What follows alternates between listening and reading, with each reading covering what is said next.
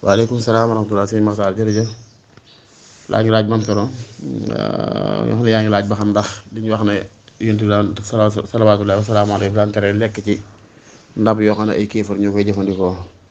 waaw loolu am nag wuute ci borom xam-xam yi ci diggante dagan gi ak sib gi.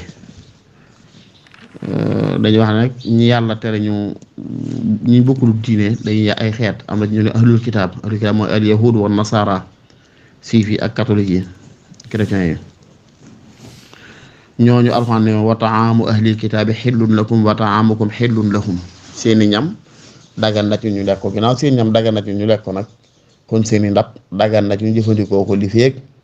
tëqut sobe boobaa nga raxas ko ndax bu fekkee sax na ab yahud bu jigéen togg na ak ñam hadiya ko yonent bi lekk ginnaaw lekkal ñam ba kon lekk ca ndab la waxee noppi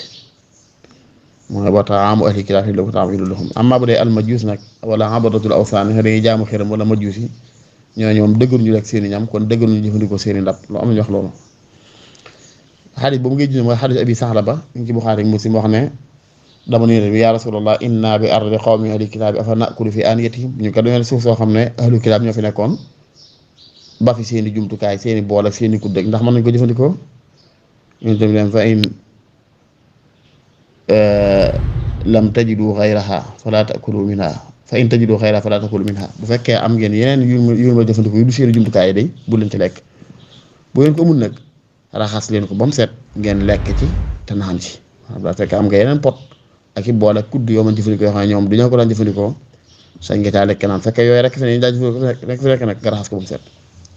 loolu kon mooy li ñu wax rek mooy daal li nga xam ne seeni ñam yuñ la jox dagan na bu fekkee lu dagan ci yow la bu fekkee lu xaraam ci yow nag dëgganut kon mooy seeni ndabit noonu bu fekk ñee liñ ko sib mooy ñu sukkandiku ci zaahiru hadiis bii ne bu fekkee am nga yeneen yu dul yooya sib nañ nga jëfandikoo seen gas fekkee amoo yeneen nag raxasal si ba mu set nga jëfandikoo kenn sibu ko insha Allah taala ni ñu koy taal fi xam ne mooy dañuy wax ne ñi ko siyal ak ñi ko sibu dañuy wax ne istiqdaar comme tey ndab loo daan def sobe comme tey ngeen baal ma ci ba pot sambur yi ñuy teg xale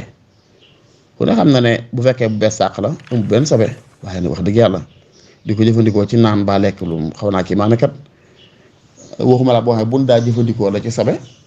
nga raxas ko ba mu set wecc nga bëgg koo jëfandikoo ci loolu ci wàllu sharia dañ naan la istiqdaar la maanaam amul benn sobe laab na waaye nag tabiya daf koy bañ xel jubbu ko daal léegi nag ñi ne dañ koy tere dañ seeni cin yi ñu daan toggee ay mbaam xuux seen kaas yi ñu daan xeelee sàngara doon taxas ba mu set istiqdaar la da nga koy seexlu ci côté boobu rek lañ koy teree waaye bu dul loolu daal ahlu kitaab moom mooy al yahud wa nasara chrétiens yi ak siif yi yahud yi ñooñu moom seeni ndab ak seeni jumtukaay daal bu fekkee set na wecc te amoo yeneen yoo jëfandikoo mën nga jëfandikoo fekkee am nga yeneen nag bàyyi ko mooy li gën wallahu taala ahmad gis